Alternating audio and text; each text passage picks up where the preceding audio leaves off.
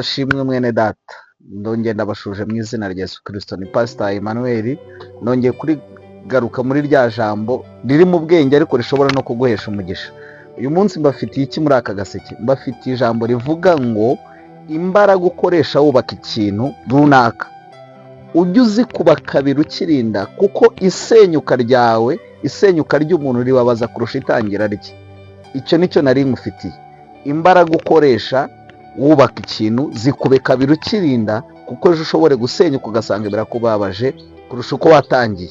Reka nkusabire umugisha mu izina rya Yesu. Mana nziza, nsabiye uyu muntu kugira ngo umuhe guhishurirwa ibirenze ibingibi twavuga, kandi Mwuka Wera mubeho kurusha ibirenze ibyo twatekereza n'ibyo twakwibwira byose, kubwa Yesu Kristo umwami wacu.